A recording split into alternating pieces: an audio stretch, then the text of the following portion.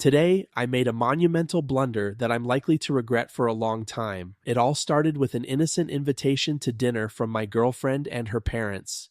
To give you some context, my girlfriend is only my second girlfriend ever, so this was a big deal for me. I was both excited and nervous about the dinner. I wanted to make a good impression and show that I could be charming and funny. Little did I know, my plan to impress would quickly turn into an epic fail. When I arrived at their house, the atmosphere was friendly and welcoming. Things seemed to be going well. I had met her parents before in a casual setting, and they seemed like nice people. However, I wanted to take things up a notch and leave a memorable impression. I decided to pull a little comic bit. My idea was to pretend I didn't know what a potato was. I figured it would be funny and make me stand out. As dinner progressed, the moment came when baked potatoes were served. Perfect, I thought. This was my chance. I put on an exaggerated look of amazement and curiosity when the potato was placed on my plate. I showed my confusion and interest in a restrained manner, hoping to evoke a chuckle. Her parents noticed my reaction and looked a bit puzzled, but they didn't say anything. I took this as a cue to proceed with my act. I asked, "This looks very interesting. What is this?" Her mother replied, "It's a baked potato." I feigned even more confusion, responding, "Oh, interesting. A baked what?" She repeated, "A potato." I continued with my bit. "A potato? Oh, interesting. I've never heard of a potato before. It looks pretty good." At this point, they didn't realize I was joking. They actually thought I genuinely didn't know what a potato was. The situation started to spiral as I decided to double down on my act. When they asked me if I really didn't know what a potato was, I went along with it. I told them that not only had I never eaten a potato, but I had also never even heard the word potato before. My girlfriend looked increasingly confused and embarrassed by my antics, and I could tell the tension was rising. As I continued to insist that I didn't know what a potato was, the parents became more incredulous. The father's patience started wearing thin, and he eventually snapped, "Enough is enough. You're with us. Admit it." I stubbornly maintained my act, replying, "Sir, before today, I had never heard of a potato. I still don't know what a potato is, other than some kind of food. I don't know what to tell you." The father's frustration reached a boiling point. I decided to take a bite of the potato, and when I did, I made a high-pitched noise and said, "It tastes very strange." This only intensified the father's anger. He started yelling at me, and the mother kept asking, "What are you doing?" My girlfriend retreated to another room, probably out of sheer embarrassment. The father eventually told me to leave his house. I tried to argue that it was irrational to kick me out just because I claimed I didn't know what a potato was. Unfortunately, my protest only made things worse. I tried to salvage the situation by insisting through text messages that I genuinely didn't know what a potato was, but it was clear that my efforts were in vain. Now, I'm left in a precarious situation. I've dug myself into a hole and can't seem to find a way out. The only chance I have to rectify this is if they somehow believe my ridiculous claim that I don't know what a potato is. I'm fully aware that this was a massive mistake, and I'm bracing myself for the possibility that my girlfriend might break up with me over this incident. Looking back, I realized that my attempt to be funny turned into a disaster. I should have just been myself and let things unfold naturally. It's a tough lesson learned, but I hope to find a way to mend things and avoid such foolish antics in the future. For now, I'm just hoping to salvage my relationship and repair the damage I've done. Now, the second story is, today I really messed up and it has cost me dearly. I got home from a work trip on Thursday night and my wife warned me that there was a problem with our 7-year-old daughter, Beth. When I saw her, I noticed she had a few bug bites on her face, and one of her eyelids was slightly droopy.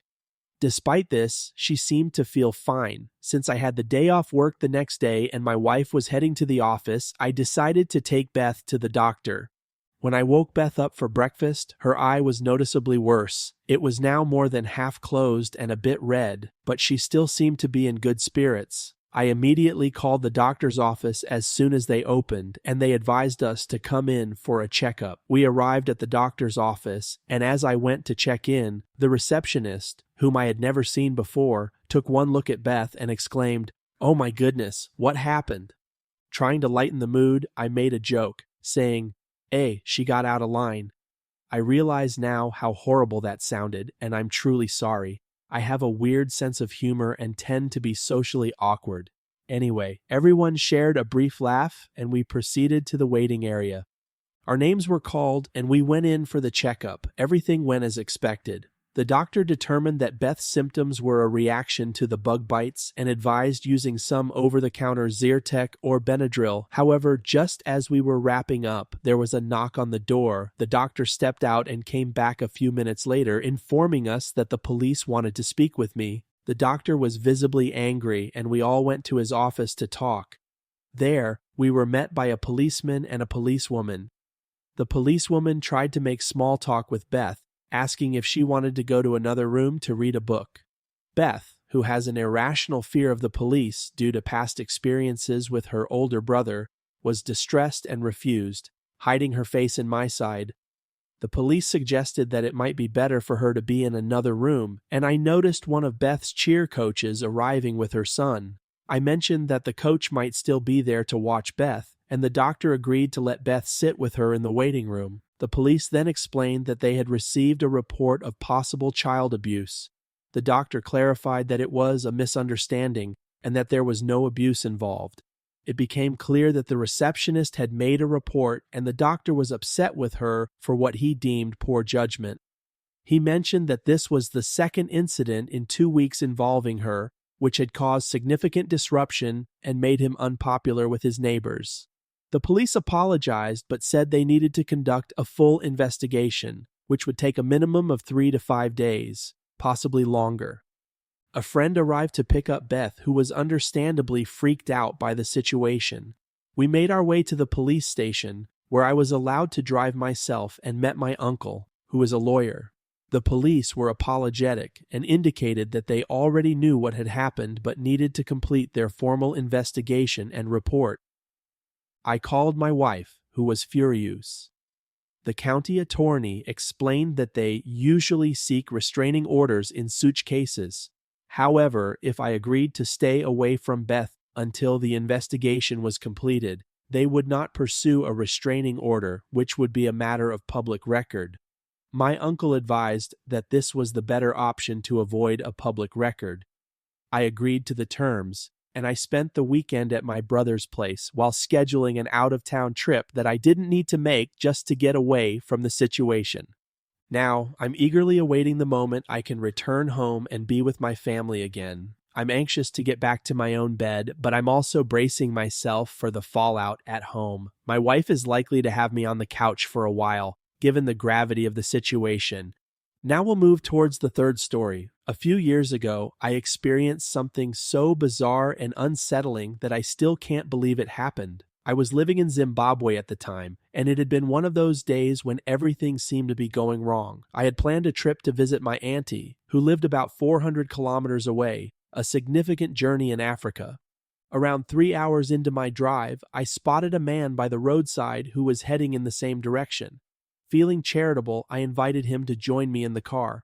We struck up a conversation and discovered that we were both headed to the same village and that he knew my auntie. We exchanged stories and caught up on old times in Zimbabwe. However, about half an hour into our ride, things took a strange turn. The man suddenly asked me to pull over. I complied, thinking he needed to vomit or something. It was getting dark and I couldn't see much. I made the mistake of getting out of the car to check on him. As I approached his side of the car, he was nowhere to be found. Before I could process what was happening, I heard footsteps behind me. The next thing I knew, I was knocked unconscious. When I woke up a few hours later, the sun was rising. I was disoriented, without my car, clothes, or wallet. I realized I was on some farmland, wearing the man's clothes. I started walking aimlessly until I came across a small settlement. I explained my situation to the locals, who informed me that the nearest main road was at least a half-day's walk away. They had heard a car passing by the night before, which they thought might have been the one involved in the theft. I walked in the direction they pointed me and, after what felt like an eternity, finally reached a road. I waited for a ride and eventually managed to hitch a lift. The driver, although heading in the opposite direction of my intended destination, agreed to drop me off close enough so I could walk the rest of the way. It took me about 2 days to cover the distance he dropped me off at, and I made sure to take down his number to repay him later. As I approached my auntie's village, I started to recognize my surroundings. I heard singing and saw a large crowd, which struck me as odd. My son, who I expected to be in school, was there too. But instead of running to me with a hug, he ran away screaming. This only added to my confusion. When I reached the gate, the crowd stopped singing and stared at me in silence. My wife rushed towards me, hugging and kissing me as though I had been gone for months. My auntie, upon seeing me, immediately fainted. At this point, I was completely bewildered. We quickly got my auntie inside, and that's when I saw my own picture on top of what looked like a coffin in the living room. It turned out that the man who had robbed me and stolen my car, wallet, and clothes had been involved in a car crash so severe that the body was unidentifiable. The only clue they had was my wallet, which led them to mistakenly believe that the deceased was me. Without a body to confirm the identity, they arranged a funeral in my name, and that's what I had stumbled into. The shock of finding out that I had been presumed dead was overwhelming. My son still has nightmares about the event, and my wife has made it very clear that she never wants me to pick up another hitchhiker again. The entire ordeal was surreal and left me with a deep appreciation for the unpredictability of life and the importance of being cautious, even when trying to do a good deed. Now the last story is, it was a chilly, dark morning just before 5:30 a.m. I was heading to work, and as usual, I locked the inside door handle behind me before stepping out onto the porch. Just as I was about to walk towards my car, my blood ran cold. 4 men had jumped out of a van and were making their way towards me. The street was eerily empty, and my heart pounded with terror. In a frantic state, I fumbled through my messy purse, desperately searching for my keys to get back inside my house. My mind raced with horrifying thoughts, being grabbed, shoved into the van, and worse. Miraculously, I managed to unlock the door and slip back inside before they reached me. It turned out they were immigration officers looking for someone who had lived in our house before. They were just doing their job, but at the moment, all I could think about was escaping a situation that felt like a nightmare. After college, I finally landed an interview with a guy who was starting his own company. With the economy in shambles and jobs scarce, I was eager for any opportunity. I went to the small office in a strip mall, but my anxiety shot up when I noticed he double-locked the door behind me. It was a tiny office, and suddenly I realized I was alone with him. 2 questions into the interview, he tried to put his hand up my skirt. I bolted from the room, scrambling to unlock the door and get out of there. My mom ended up accompanying me to every interview for a while after that incident, ensuring I was never alone with anyone who could pose a threat. One afternoon, my friend and I were having lunch at Waffle House when a man came in, searching for a piece of paper he'd left behind. The waitress wasn't sure where it was, and he became irate, threatening to get his gun from under his mattress. My friend and I exchanged worried glances, quickly paid our check, and fled the restaurant, our hearts racing. In another job, I worked for an agency that assisted with home health care. One of my clients had insurance that didn't cover personal care, like bathing. During one visit, he was furious and began pacing the house, spitting and yelling. His rage was palpable, and I felt a surge of fear. I quietly slipped out of the house and drove to a safer location. Later, I found out he was a registered sex offender with a history of violence. I had narrowly avoided what could have been a dangerous encounter. Living in South Everett, Washington, I was walking home from the bus stop, a route that took me behind a Home Depot. Suddenly, a van began following me.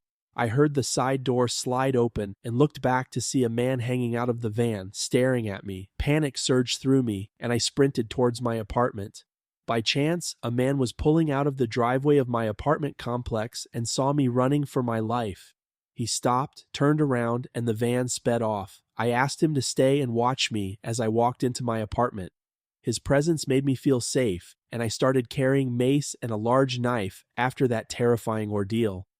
The final straw came one night when my ex-husband stormed into our bedroom while I was sleeping and screamed in my ear, accusing me and my mom of playing mind games. I didn't speak to him much to avoid triggering his rage, and he hadn't talked to my mom in 3 months. I decided to go downstairs to sleep on the couch. As I was laying down, a heavy ceramic lamp flew past my head and smashed against the wall. He had followed me downstairs, and the dog's jingling collars had masked his approach. The realization that he was willing to throw objects at me in the dark, combined with his history of abuse, convinced me he might kill me. I couldn't leave that night because he had taken my keys, but as soon as he left the house, I fled to a safe house, escaping the immediate danger.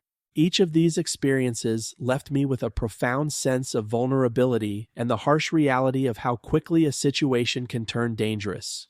They all share a common theme: knowing when to run and the importance of being prepared and cautious in unsettling situations.